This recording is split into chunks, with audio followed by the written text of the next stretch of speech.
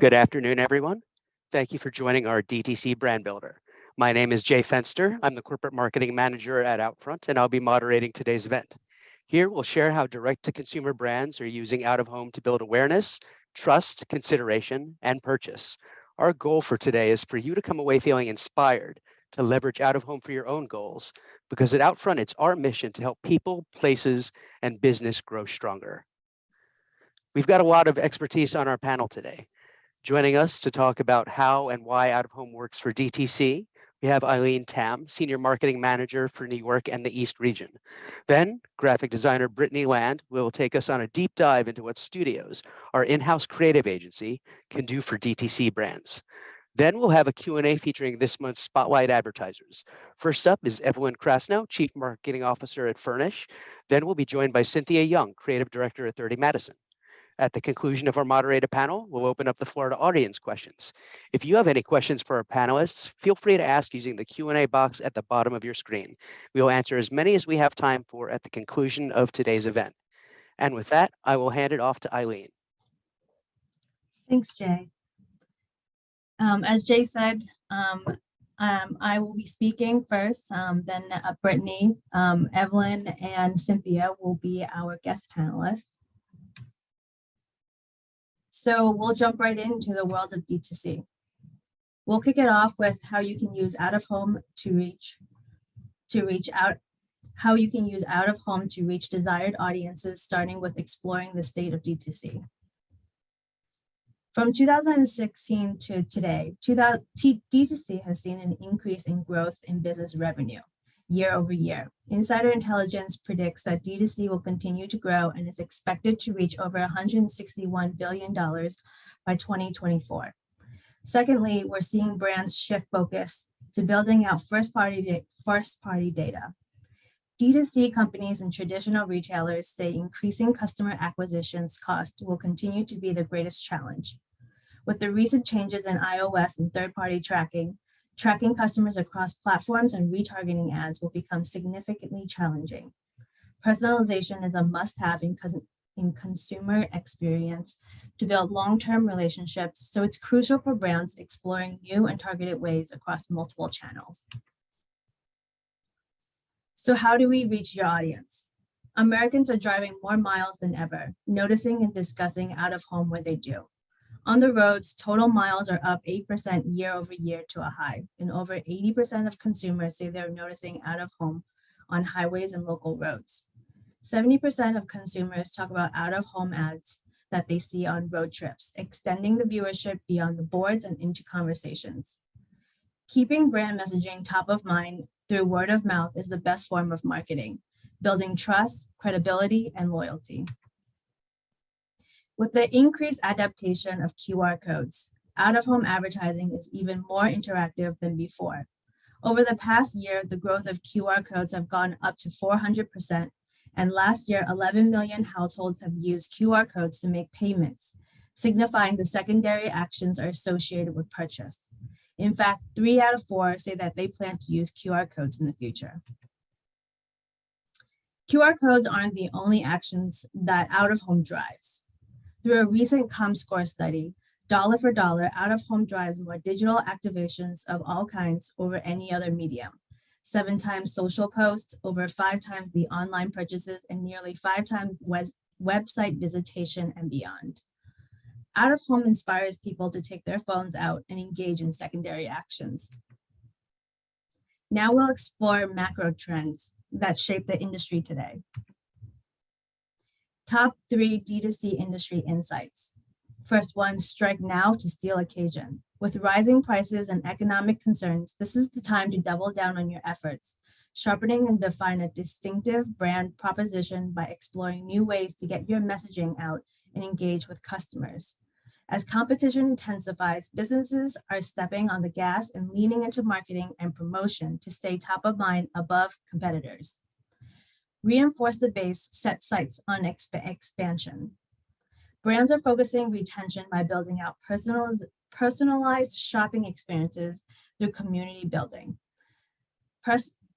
Developing long-term value to your audience. While focusing on retention, brands need to take a more creative approach to reach new customers while reducing customer acquisition costs through new tactics and strategies.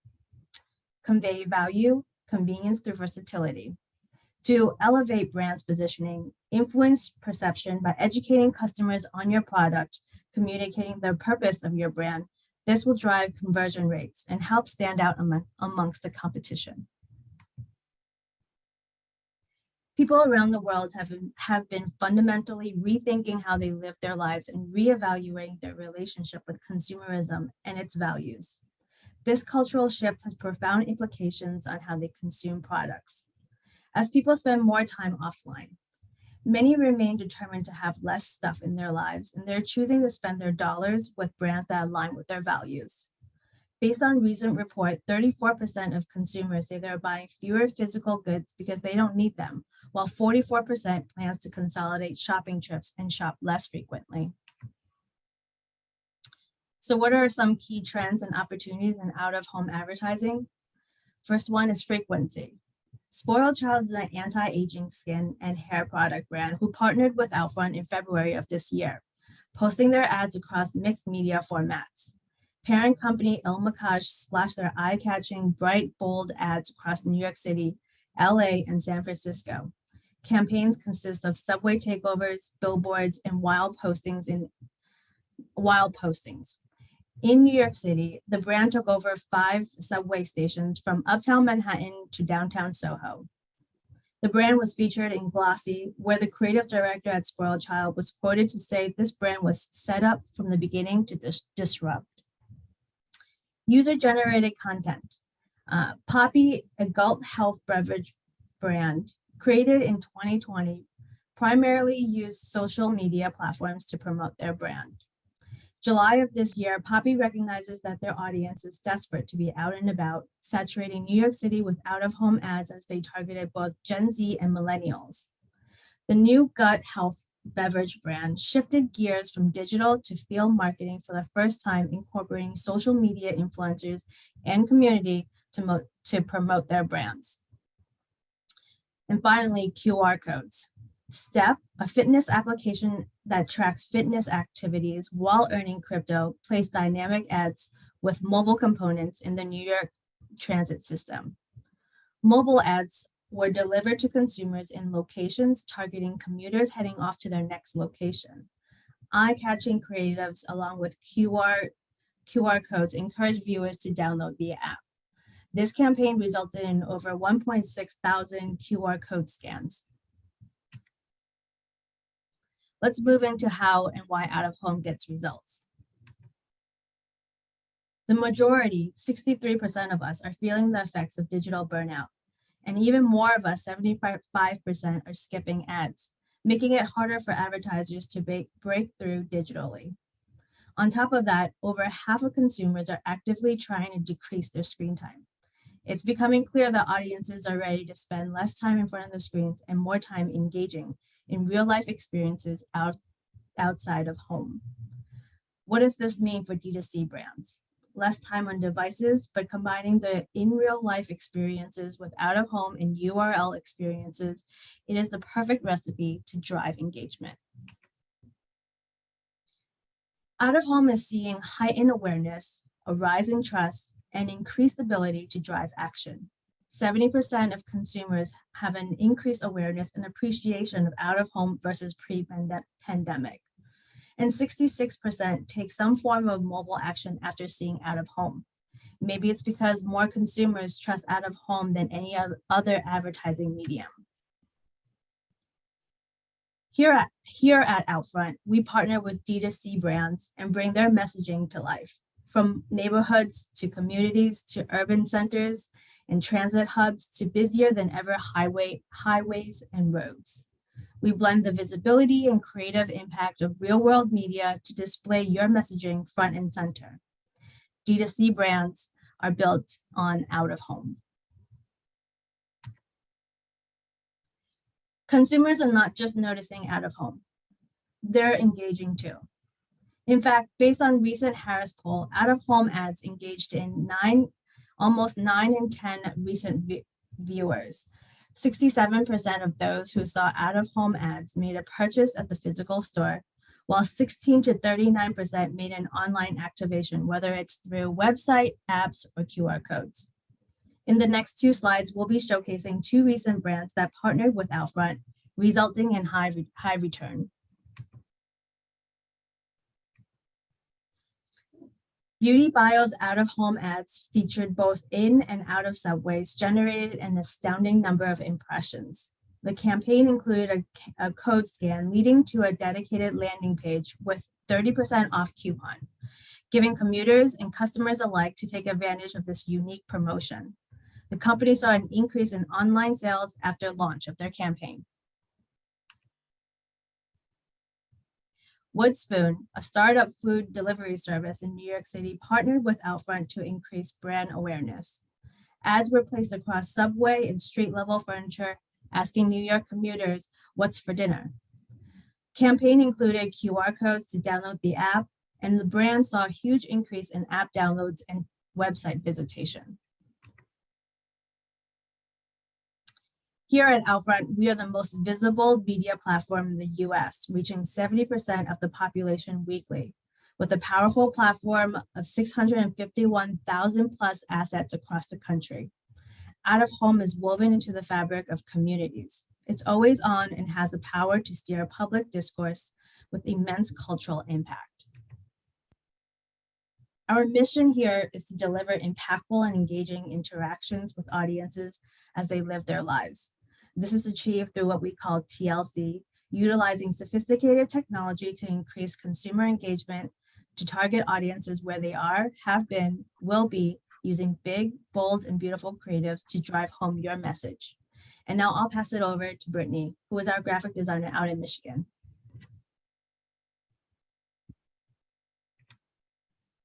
Hello, my name is Brittany Land. I am a designer here at OUTFRONT Studios.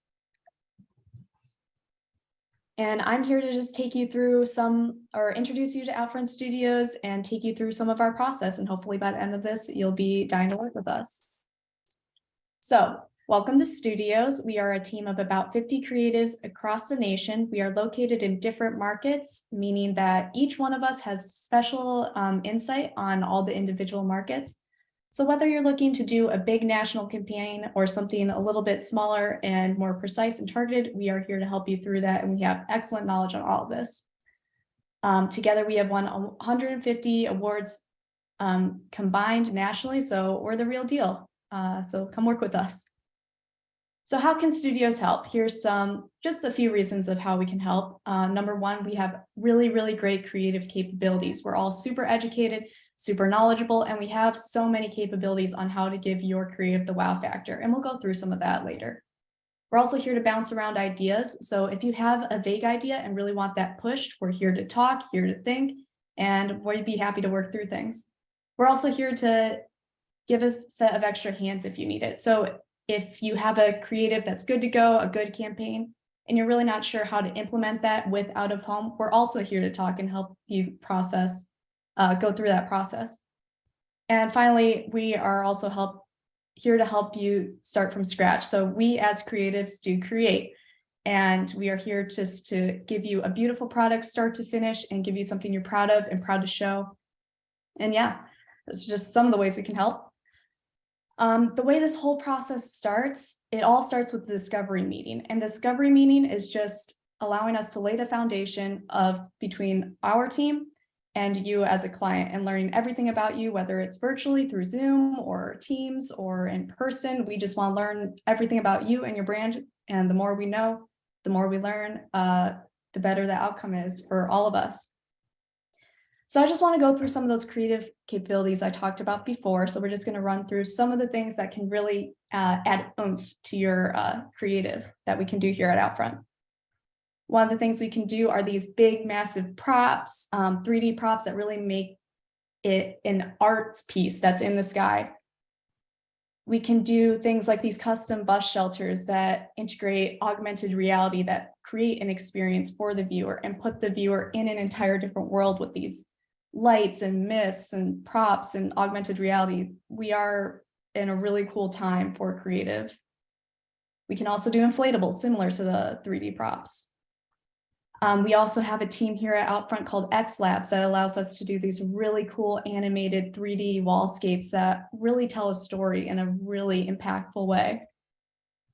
And we can also just make things light up at night. So really the possibilities are endless here. So I would like to take a moment to do a deep dive through one direct-to-consumer brand that we worked with called WALDEN Local. And WALDEN Local is a direct-to-consumer brand that specializes in getting you, the consumer, fresh local meats delivered straight to your door. So out of this discovery meeting, we were able to really flesh out this brand from WALDEN Local, from colors, textures, fonts, this vibrant photography. It all comes together as a package to tell a story that's fresh, local, and direct to you. And stepping away from WALDEN Local, we'll talk about out-of-home best practices and how out-of-home really works as a powerful first touch.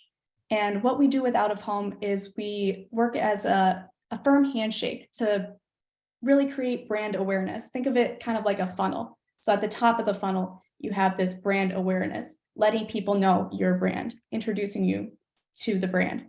And then from there, we can go down the funnel and really start to target your audience more specialized. And you can move from out-of-home into print, into TV space, into digital and mobile ads. So this isn't just something I'm saying, this is something that is a known fact in the advertising world. So I've found a quote from entrepreneur.com that I'd like to read to you. And it reads, by engaging consumers in their day-to-day lives, out-of-home has a legitimizing effect that even if an ad doesn't resonate with every viewer, builds brands trustworthiness. The proof is in the numbers. Some 58% of consumers are likely to believe out-of-home messaging compared to TV, social media, and digital ads. So it works and people really resonate with this. So going back to WALDEN Local, we have this first initial handshake, this introduction to the brand. So we took all those elements that we fleshed out within the discovery process, and we have an introduction to the brand. Something that just screams local, fresh, and delivered to you, the basic message, letting you know who they are. So once we continue down the funnel, we talk about how we can further target this audience. And how are we going to do that? We're going to be utilizing digital out-of-home for direct consumers. So how do we do that? Well, the future is now. I think in the past, we would think how to target consumers. We would think to go into websites and targeting people via certain websites they're accessing. But now using our data management tool known as Smart Scout, we are able to pinpoint where exactly our target audience is, where they're headed, and how we can talk specifically to a specific group of people, which is really, really cool. So here's some of the ways we can do that. And we're going to explore that with WALDEN Local. One of the ways we can do that is with day parting. So this specific ad is a digital ad that will be broadcast during a certain time of day, for instance, during rush hour. And it's just speaking or screaming to thousands, everyone that's going down the road, but whispering to the one specific target audience that you're looking for. We can also deliver ads based on different weather formats, whether it's sunny, rainy, snowy. So this one kind of adds a little bit of sunshine during a rainy day. We can also talk about distance, 10.8 miles nearest to the nearest grocery store. So let's say we're targeting young millennials, maybe left-leaning. We can use Smart Scout to target where this audience is directly and use this creative to speak to them and to put it in their minds that, hey, I don't need to go out to this specialty butcher store that's miles away. I can have fresh quality meat delivered right to my door via WALDEN Local. We also have time countdowns, so we get people thinking about dinner time before they even have their morning coffee. So how will you leave a lasting impression with these ads? And the answer is simple. It's to create a campaign and to have yourself be seen everywhere. Have yourself be seen, have your brand be seen in subways. We're able to do these digital capabilities in subways. We're able to have your brand heard at bus stops while you're walking through the sidewalks, and have you seen in trains? So really the possibilities for what you would like to do with Outfront are endless. And at the end of the day, 100% of boring ads do not matter. And creative is at the forefront. And if you have something engaging that you care about, that speaks to the viewer, it really solidifies the whole deal. So when will you be heard?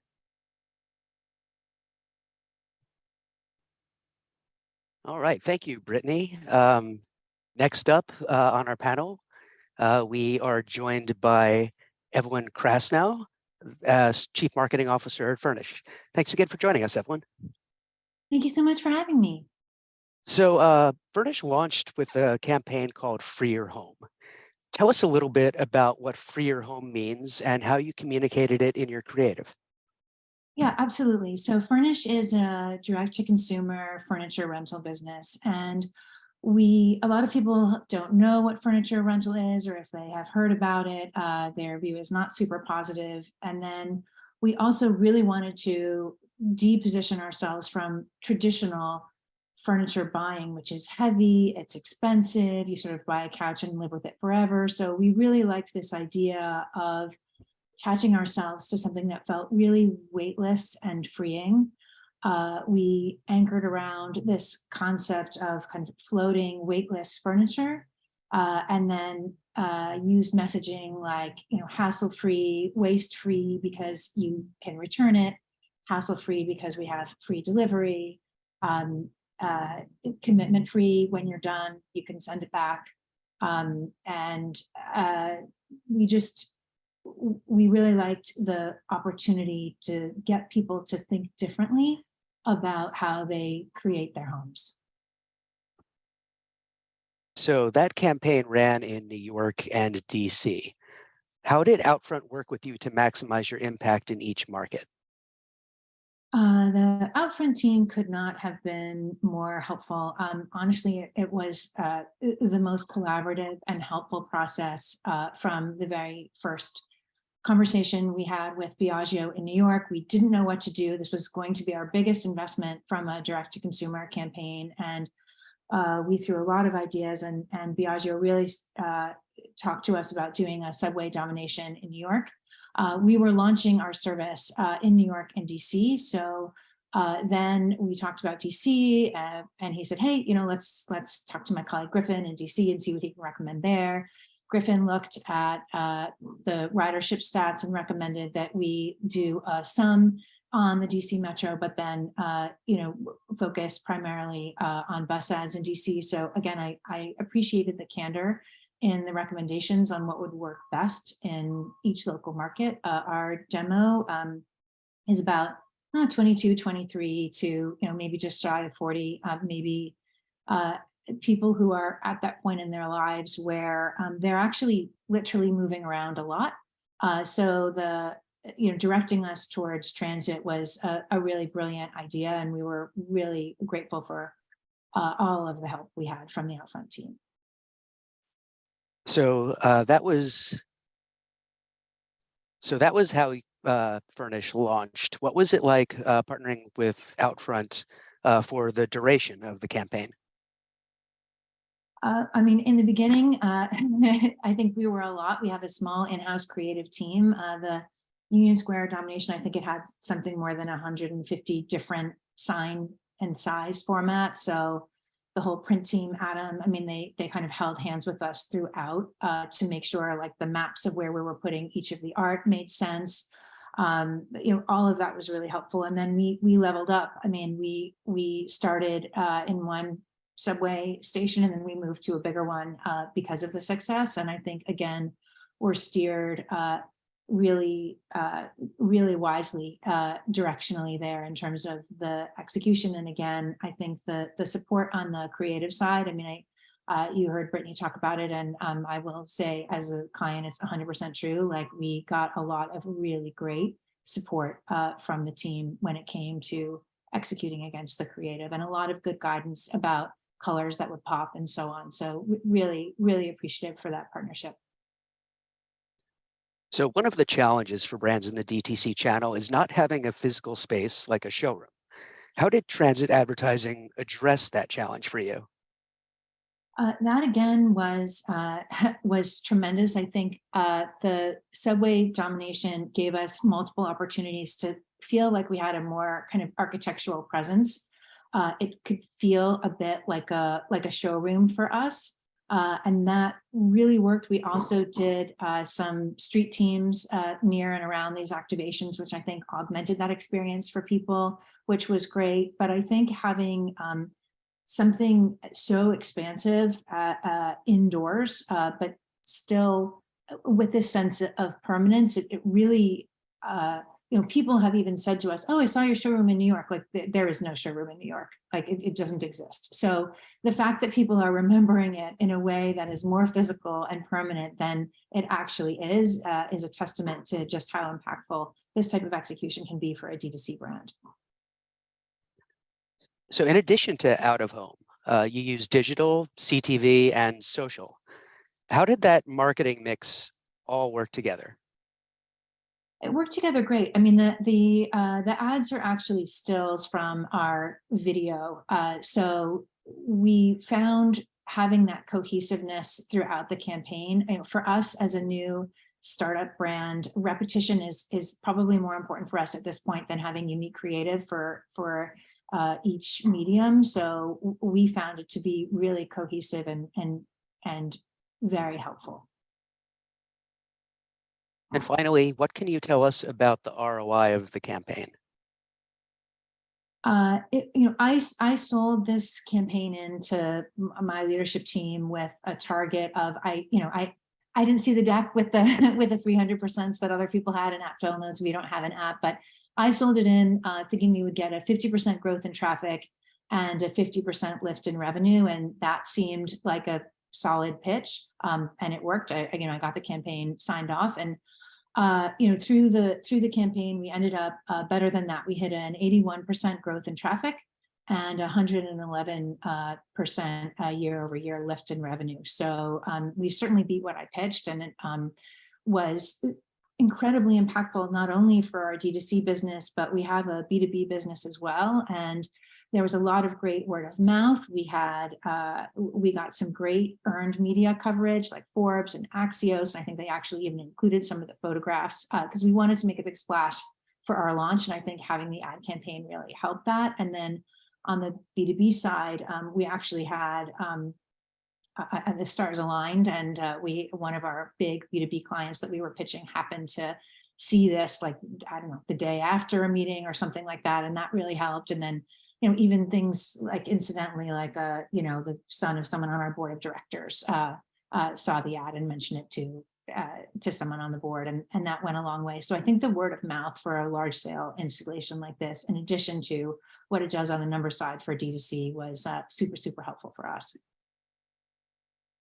Great. Thank you so much, Evelyn, for sharing all of those insights with us.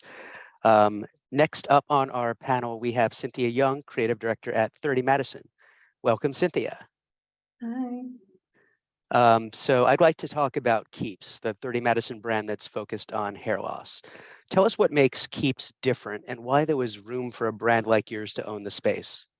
So for Keeps in general, we have a lot of similar competitors, but no brand really runs the gamut the way that we do. We not only specialize in prevention, but we have, restoration, which is something that a lot of our competitors have just not had. And so we kind of own ourselves as the hair loss experts in this space. And we support, everything from the products that you get to just prevent thinning hair, but also, full service with like having a doctor and having a care provider help you with your journey, along with like if you actually want to restore your hair, like hair transplant, we have that for you too. So we kind of have a fully comprehensive service line for you for all and any of your hair loss needs. So increasing brand awareness was a key objective for 30 Madison. How did you combine transit advertising and statement pieces to achieve that goal? So when we worked with Outfront, we actually did two different types of campaigns with Outfront. We had one campaign last year where we were really focused on statement pieces just because, it was our first time doing out of home. And so we were kind of green in terms of trying anything to see what would work. And we really wanted to try like having a subway takeover, having this like the subway station takeover, and really committing to that. And then taking learnings from that and kind of informing what our next campaign would be. And so we had like the statement ones, and then the second one was a little bit more specific to frequency-based placements. And for us, like, it was really, really interesting to see with our product specifically that the latter of like the transit advertising and, you know, the more frequency placed ones did a lot better for us than just statement pieces. So you've spoken a little bit to this, but as your emphasis shifted from those statement pieces to more frequency focused placements, how did that change of approach change the impact? So the way that we had seen it was when we were doing the first round, we had a lot of learnings from it. Like we did, you know, half the subway, we had like half subway takeovers for, you know, a good amount of cars. And then we had one Fulton Street takeover in Financial District. And I think the impact that we had honestly wasn't as, you know, impactful as we wanted to. We had a little bit of increase in brand awareness. And so we kind of wanted to take a more frequency-based approach in that we actually, instead of doing, you know, half subway car takeovers, we had like single ad placements on almost every subway car in the city. And so this photo is a perfect example. Like we will only have kind of one ad, but they would be on every subway car instead of a more smaller amount of just full subway takeovers. And one other thing that we really did that I think drove significant impact for the campaign and really gave us a successful turnout this time around was, instead of investing so much on subways this time, we really invested on outside placement. Like we were on buses, we were on way more buses than we did previously. And we also had billboards and newsstands all over. And so it felt almost more like an outdoor takeover in a lot of ways. Like you couldn't really turn around without seeing a Keeps ad or a Keeps bus driving by. And there were times where you would see like 10 buses and it would all be Keeps. And so even if it didn't like feel like, I think when it came to how we decided on doing that, like I don't even think we realized the impact that it would have created, just because we see buses so much more often than we see subways. And it was kind of like a very small but interesting change that, you know, we were very, very excited about. So one thing that I found interesting was that Keeps uses real customers rather than models in its ad creative. Why did you make that choice, and how did it help to make the brand more aspirational? So we don't always use Keeps customers as like our advertising. We actually did it the first time around because we had like a whole omni-channel integrated marketing campaign where we had TV spots that featured our real customers and their stories, and we wanted to use out of home as a supporting channel to really like amplify what we were promoting online. And so the way that we kind of had that through line in terms of the creative content was we wanted to actually distill all of this information that you would see on TV into the out of home and really highlight, you know, how long these people have been with us and also the results and the confidence that they got from it. Because one of the things with Keeps also is that our product is something that you really have to see to believe, and you have to be consistent with it. And that was a very specific pain point in our product that we have to make sure to market, just because with out of home specifically, it's like a one and done thing. Like you pass by it, you kind of forget about it, you see it and you're like, oh, okay, like maybe I'll look at it later. I can't really remember. And so what we really wanted to do for our first time around was to establish that credibility of, okay, we are a new D2C brand, but everybody that we are highlighting have been with us for years, and like, look at how their results are and look at how exciting they are. And if you wanted to see more and hear their stories, here's a link and a QR code to their actual video online. And so that was a really that was a very specific message for us for that first time of, you know, we had a very strong concept, and we were really, really highlighting our customers and just a proof of concept. And so that was kind of the first time around. This one, for example, that you're showing here, these are not real customers. We actually hired actors, but the way that we did it was we really used our demographic and like, you know, we understood our customer base and wanted to make sure that we were highlighting a diverse enough range of what our products can really, you know, help out with. Like we had, you know, different hair textures, we had different hair, like age ranges, because one of the things that we also wanted to make very clear for Keeps was, you know, it's a very inclusive product. Like anybody from age 22 to 50 can use it. And we wanted to make that clear. And so it was kind of like a multi-layered approach of here are some real customers, but also here are all these other people that, I could see myself using it because I see this all over the city. So Keeps made a point of showcasing not just the products that you sell, but the journey that your customers take. Why was it important to do both? So, when it comes to hair loss medication, we are almost similar to every other product on the market. Like, our products are not what differentiates us from our competitors. It's the service that we provide. And so that was the really, really important message. And how we as a company talk to you and give you that self-assurance that this product will work for you. And so there was a lot of steps into it, and not this is the efficacy of it, but it's also this is the support emotionally that you can also get when you're taking this ride with this product specifically. And with this space specifically, there's a lot of self-doubt when it comes to using it. You have to always use it consistently, and you have to use it continually in order to get results. And it's very, very easy to kind of fall off and be this isn't going to work. And so a big part of why our company is different is that we are very aware of that, and we are kind of with you every step of the way as a partner and as a support for you to continue your journey, and encourage you in a non-judgmental way to keep going in order to get the results that you want. And one more question for you, Cynthia. What can you tell us about the ROI of your out-of-home campaigns? So the way that we looked at ROI was not really so much as conversion and additional, sales and everything. That's not really what we did out of home for. I think we truly did it as a brand awareness and brand trust point of view. The reason why we did out of home in the first place was because so many people were coming to us being oh, I saw your ads on the subway 2 years ago, and we never did it. And so kind of similar to Evelyn, where they're oh, we saw you, and we're actually, we weren't here.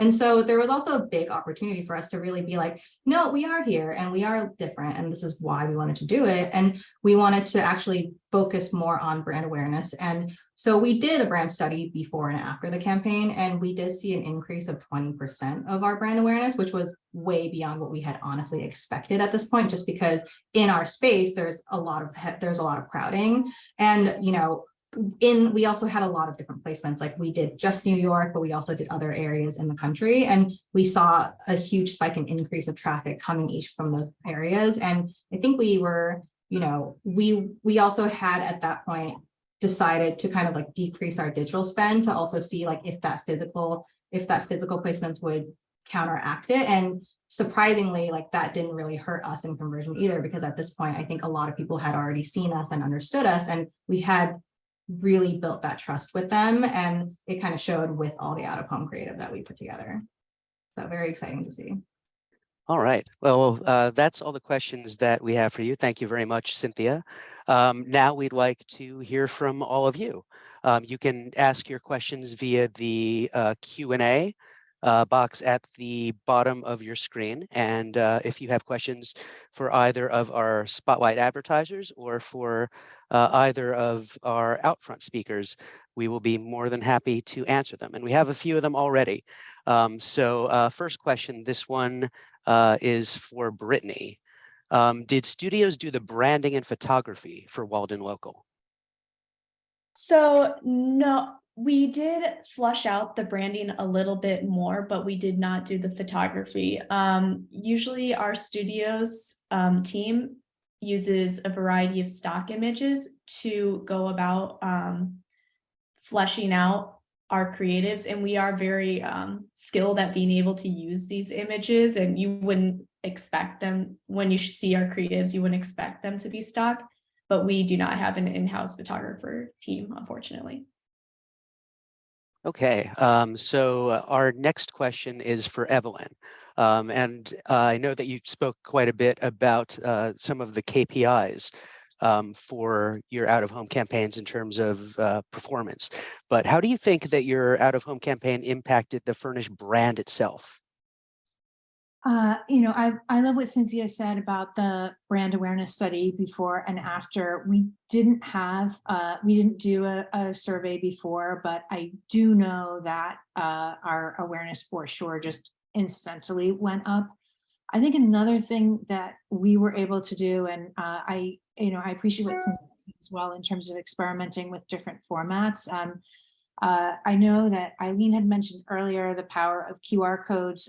We put a different QR code on each piece of creative, just so that we could figure out what would work and what would track, because we're trying to figure out, like, is this the right creative? Is this right? So I think I was shocked the number of QR code scans that we got. I didn't think anyone would be walking down the hall of a subway or sitting on a subway and actually scanning a promo code or walking by a banner, and it happened pretty consistently, and it gave us some pretty good feedback directionally about what creative resonated more than others, and also even just some of the messaging planks.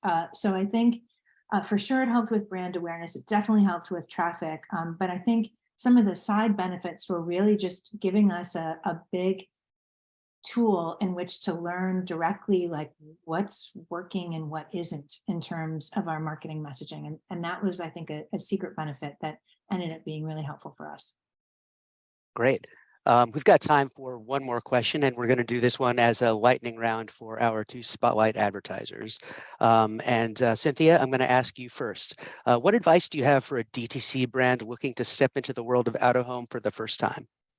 I think that's a really hard question to answer. Honestly, there's so many ways to kind of frame this, but I think one of the biggest things is how much are you willing to invest in your brand? Because I think when it comes to D2C, like, I think we're all aware that growth is always going to be the most important factor. And like, for us, even, like, it was really, really an uphill battle to fight for out of home because of this exact reason. Like, this stuff is not going to be instant results like you would in a Facebook ad or anything like that. But you have to also understand that this stuff really, really does benefit your brand long term. Like, one of the things that I always like to say when it comes to out of home is, like, it's great if you decide to do like one little thing and you invest a lot heavily into your brand, and then if you see, your brand awareness kind of die off a little bit in the future, it's not the fault of the creative, it's not the fault of the placement or anything, but it's the lack of consistency. Like, when you are looking at a brand for the very first time on the street and you just walk by and you're doing your thing and you're just going about your life, you're not going to really remember to look into it, especially if you're just like, oh, I see it,